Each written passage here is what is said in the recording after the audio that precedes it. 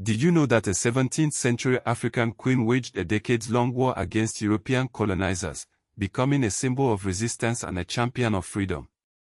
This is the story of Queen Nzinga, man of Nongo and Matamba, a ruler whose courage and cunning defied the odds and whose legacy continues to inspire.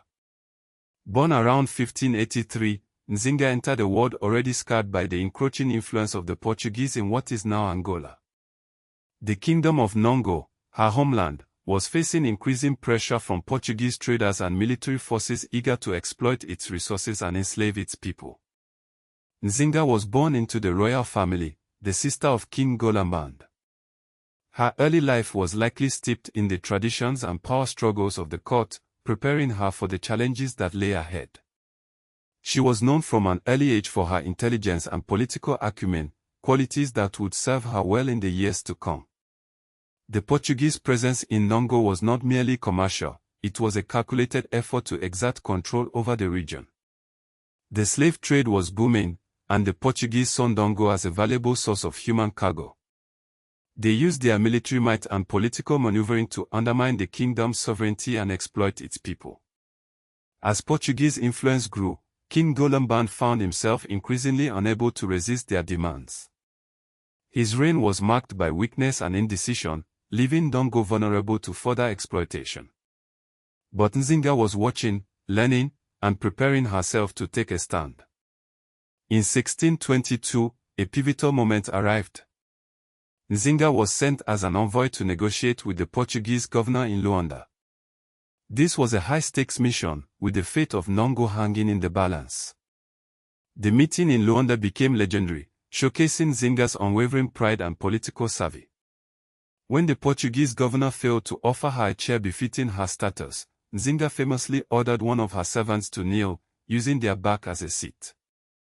This act of defiance sent a clear message: she would not be intimidated or demeaned.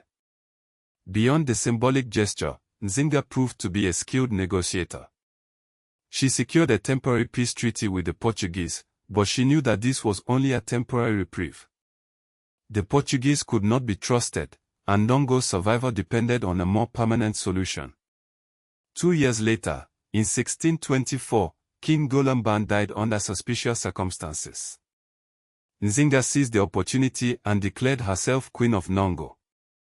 This was a bold move, as women rarely held positions of power in the region. But Nzinga was determined to lead her people to freedom. As queen, Nzinga faced immediate challenges. The Portuguese refused to recognize her authority and continued their aggression against Nongo. In 1626, after fierce fighting, Nzinga was forced to flee her kingdom and seek refuge further inland. This was a major setback, but Nzinga refused to be defeated. She established a new base of operations in Matamba, a neighboring kingdom. Here, she began to rebuild her forces and forge new alliances. Matamba became a sanctuary for runaway slaves and other refugees fleeing Portuguese oppression. Nzinga welcomed these people with open arms, bolstering her army and creating a loyal following. She also implemented innovative military strategies, adapting her tactics to the terrain and the enemy's weaknesses. For decades, Nzinga waged a relentless war of attrition against the Portuguese. She formed alliances with the Dutch, who were also vying for control of the region, and with other African kingdoms who shared her desire to resist European domination. Her military campaigns were marked by both victories and defeats, but her determination never wavered. Nzinga was not just a warrior, she was also a shrewd diplomat. She understood the importance of playing her enemies against each other and of using diplomacy to achieve her goals. She engaged in complex negotiations with the Portuguese and the Dutch, seeking to exploit their rivalries and secure the best possible outcome for her people. Nzinga's long reign was characterized by her remarkable ability to adapt to changing circumstances. She embraced elements of European culture and religion when it served her purposes, but she never abandoned her African identity. She was a master of political maneuvering, using every tool at her disposal to defend her kingdom and her people. In 1657, after decades of fighting and negotiating, Nzinga finally achieved a major breakthrough. the Portuguese signed a peace treaty that recognized her as the rightful ruler of Nzinga and Matamba. This was a testament to her resilience and her unwavering commitment to her people. Nzinga ruled her kingdom in peace for the remaining years of her life. She focused on rebuilding her war-torn land, promoting trade, and strengthening her alliances. She died in 1663 at the age of approximately 80, leaving behind a legacy of courage, resistance, and political brilliance. Queen Nzinga's story is a powerful reminder that African history is filled with stories of extraordinary leaders who fought against oppression and defended their sovereignty. She is remembered today as a symbol of anti-colonial resistance, a champion of freedom, and one of the greatest female leaders in African history.